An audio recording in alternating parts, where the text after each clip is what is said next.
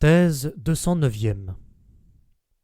Pour illustrer dans quelle mesure l'ère de conflit dans laquelle nous, Européens, sommes déjà visiblement entrés peut favoriser une autre variété de scepticisme plus vigoureuse, je me contenterai provisoirement de recourir à une comparaison que saisiront tous ceux qui connaissent l'histoire allemande.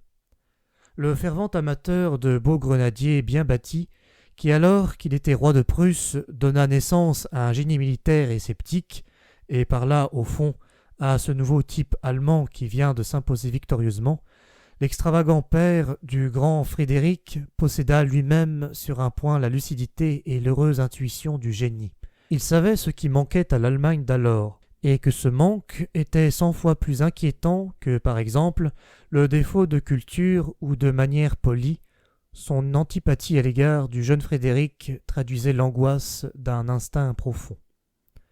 Les hommes manquaient, et pour son amer dépit, il soupçonnait son propre fils de n'être pas assez un homme. Il se trompait, mais qui ne se serait pas trompé à sa place?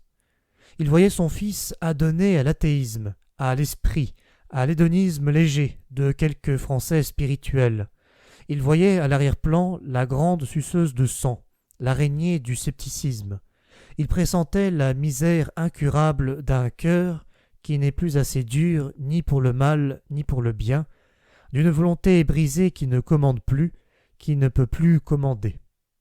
Mais entre-temps, cette variété nouvelle de scepticisme, plus redoutable et plus dure, grandissait dans l'âme de son fils, favorisée, qui sait dans quelle mesure, par la haine paternelle et la mélancolie glacée d'une volonté vouée à la solitude, un scepticisme audacieux et viril, intimement apparenté au génie de la guerre et de la conquête, et qui apparut pour la première fois en Allemagne sous les traits de Frédéric le Grand.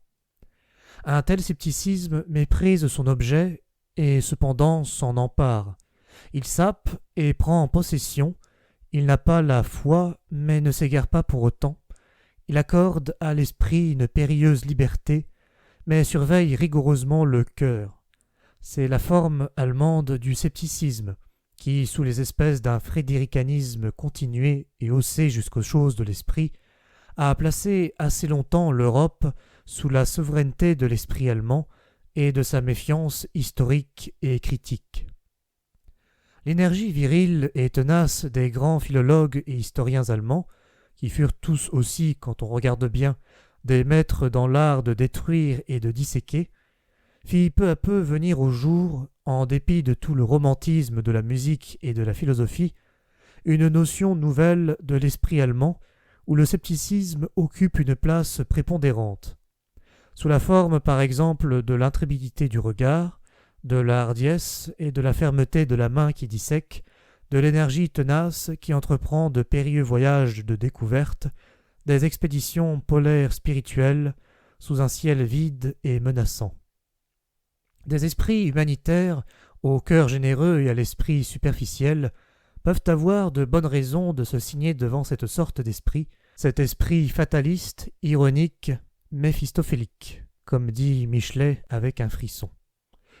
Mais si on veut se faire une idée de l'honneur qui nous revient de cette crainte de l'homme dans l'esprit allemand, cet esprit qui a réveillé l'Europe de son sommeil dogmatique, il suffit de se rappeler l'idée qu'on s'en faisait antérieurement et dont il a fallu sortir comme de ce sommeil, de songer comment, il n'y a pas tant d'années, une virago a osé, avec une impertinence sans limite, recommander les Allemands à la sympathie de l'Europe en les décrivant comme de doux rustres inoffensifs, débonnaires et poètes.